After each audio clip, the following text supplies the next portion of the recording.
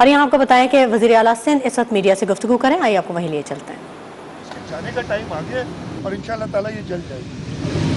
Sir क्या कहेंगे सिंध में जो है बात जो है सिंध के जितने प्रोजेक्ट्स हैं, मेगा प्रोजेक्ट, उसके ऊपर फंडिंग बार बार रोक लेते हैं, दूसरी तरफ से फिर सिंध में अपोजिशन में पीटीआई के रहनुमा अली माला शेख वो क्रिटिसिज्म करती हैं, तो सियासत की जा रही है सिंध में या मामला तो नहीं, मैं कह रहा हूँ ये नाअहल ना समझ लोगों का एक मजमा जमा हो गया। अभी ताज़ा एक और भी इशू हुआ है। इन्होंने यूनिलैटरली हमारे कुछ अफसरान, यानी हमारे अफसरान में इसलिए कहूँगा ये फेडरल के अफसरान नहीं है, ये दिया जाता है वो कि जी फेडरल के अफसरान है, उनकी जो मर्जी है के साथ करें। ये फेडरल के अफसरान नहीं है। 1954 का सिविल सर्विसेज का इनकार्डमेंट रूल्स है जो आज तक वैलिड है, वो 2020 में भी उसमें अमेंडमेंट हुई है। उसमें इनको लिखा गया है these are officers of the federation.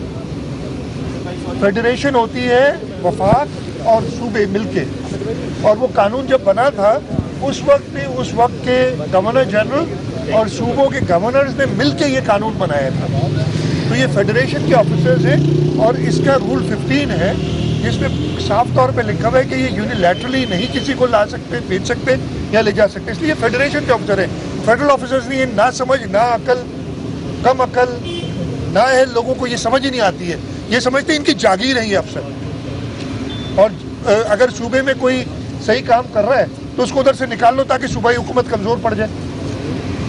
तो इन नाअकलों ने ये अफसरों को ट्रांसफ़र किया। हमने उसका जवाब दे दिया उनको कि जी ये हम समझेंगे आपका प्रपोजल है। इसलिए कानून ये कहता है कंसल्टेशन होगी, मीनिंगफुल कंसल्टेशन होगी, और फिर सूबाई काबीना, उसमें गवर्नमेंट का लफ्ज़ इस्तेमाल है, वो फैसला करेगी कि जो फेडरल गवर्नमेंट का प्रपोजल आया है regarding the officers of the federation, वो हमने मंजूर करना है या नहीं करना है, कितने हद तक मंजूर करना है।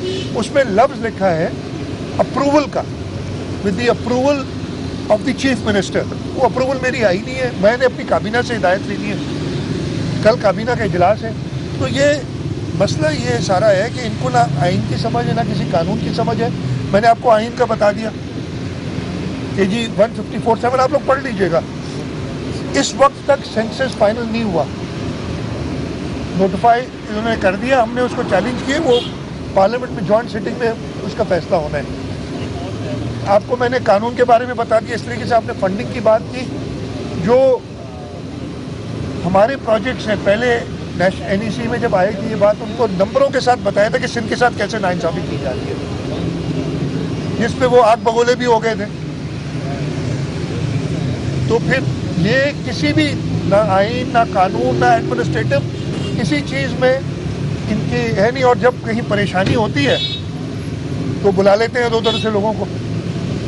अभी भी ये हो रहा है, मैंने ये सुना है कि फ़ोन कॉल्स जा रही हैं, आ रही हैं, कहा है मुझे बचाओ, नहीं बचाते तो मैं तो डूबूंगा, कि हम तो डूबेंगे सनम, तुमको भी ले डूबेंगे। इस टाइप की बचकाना हरकतें जो है ना, ये इस वज़ीर आज़म साहब के दौर में हो रही है, जो कि पहले ना कभी सुनी ना देखी, अल्लाह करे कि आगे ना देखें, जो इन्होंने माहौल पैदा किया है। ये इनके आखिरी दिन है, बहुत साफ नज़र आ रहा है। और अगेन मैंने कहा ना, ये जो हवाएं इस्लामाबाद में चल रही हैं, इनका इफेक्ट कराची में भी समझ आ रही है। इस वजह से ये बुखला गए, इनके उधर के लोग अजीब व गरीब बयानात देते, और इंशाल्लाह ताला ये मुल्क के लोग जो हैं इनको और ज़्यादा चलने नहीं देंगे। अच्छा सर, ये बताइएगा कि तहरीक-ए-इंसाफ की हुकूमत जब आई तो उनका सबसे इफेक्टिव जो बयानिया था वो एहतसाब का बयानिया था।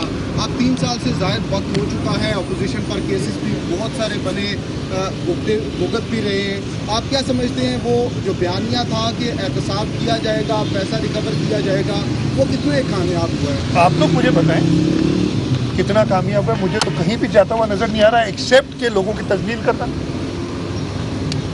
इस मुल्क में हालत ये कर दी है कि पहले सियासतदानों की तस्लील से बात शुरू हुई। इस वक्त आपके मुल्क के अच्छे लोग, बड़ा दिल गुर्दा चाहिए सियासत में आने के लिए अब, और कमज़ोर दिल के लोग अब सियासत में नहीं आते। ब्यूरोक्रेसी के साथ ये हालत कर दी है। जो आपके अच्छे ब्यूरोक्रेट्स थे उन सबको सियासतदानों के को इम्प्लिकेट करने के लिए उनको इंक्लूड किया गया है। और अब आगे जाके आपकी मुल्क की सिविल सर्विसेज में भी अच्छे लोग नहीं आएंगे। वो इतना दिल गुर्दा हर एक का नहीं होता। सियासतदान एक अलग ब्रीड है, सियासतदान के पीछे पूरी आवाम होती है। ब्यूरोक्रेट तो अपनी काबिलियत के तौर पे आते हैं, हम अपने आवाम की जो है सपोर्ट से आते हैं। ब्यूरोक्रेसी में आपको लोग नहीं आएंगे, आगे जाके ये और सर्विसेज को भी नहीं छोड़ेंगे। जुडिशरी अदालत के सामने खड़ा हूँ, जुडिशरी में आपको लोग नहीं मिलेंगे अगर इस तरीके के हालात कायम रहे। ये इस मुल्क के साथ एक साजिश है कि एक एक करके जो मुल्क के लोग हैं उनको मुल्क के जो इदारे हैं और मुल्क की जो हुकूमत है उनसे एक्सक्लूड किया जाए। साफ़ी आप लोग अभी तक तो खड़े हैं, अल्लाह करे आगे भी खड़े रहें। कितने दिन खड़े रहते हैं, इसलिए उधर भी आपको भी कुट लगाने की बात हो जाती है बैठे बैठे। तो पता है अल्लाह ताला आपको बचाए। हम तो अगेन मैं कहता हूँ लोगों, खैर आप तो वो मीडिया आपके साथ मीडिया पूरा है, लेकिन अल्लाह ताला इस्लामाबाद के साफियों के कुट से बचा के रखे। ये बंदे को हमने देखा कराची में भी कुटे वुटे की बात करके भाग के इधर आ गए। तो इसमें इससे ना डरिएगा, खोखला आदमी है। सर लास्ट क्वेश्चन सर, कल साबिक सदर आसिफ अली जरदारी ने भी कहा कि ये हुकूमत 5 साल पूरे नहीं करेगी और उन्होंने इंशाल्लाह भी कहा था, ठीक है। आज आप भी कह रहे हैं कि तब्दीली आने वाली है, तो क्या कोई पीपल्स पार्टी को कोई इशारा मिला है या आपको कोई साइन नजर आए इस हवाले से? हमें लोगों से इशारे बहुत मिल रहे हैं, लोग पूरी आवाम से इशारा मिल रहे हैं कि भाई हमारी जान छुड़ाओ इससे। तो इशारे हमें बिल्कुल मिल रहे हैं, आप खुद इशारा दे रहे हैं अभी मुझे, इधर इशारे हर एक आदमी दे रहा है। लेकिन पाकिस्तान पीपल्स पार्टी अपने वोटर्स के, अपने लोगों के, इस मुल्क के अवाम के इशारे पे चलती है और उनका इशारा यही है कि इनसे जान छुड़ा के हमारी निजात दिलाए इनसे। इस्लामाबाद में वज़ीर आला सिंध मुराद अली शाह मीडिया से गुफ्तगू कर रहे थे और उनका कहना था कि सिंध खास तौर पर कराची की आबादी का शुमार दुरुस्त नहीं किया गया, हम पार्लियामेंट में मरदमशुमारी का मामला उठाएंगे।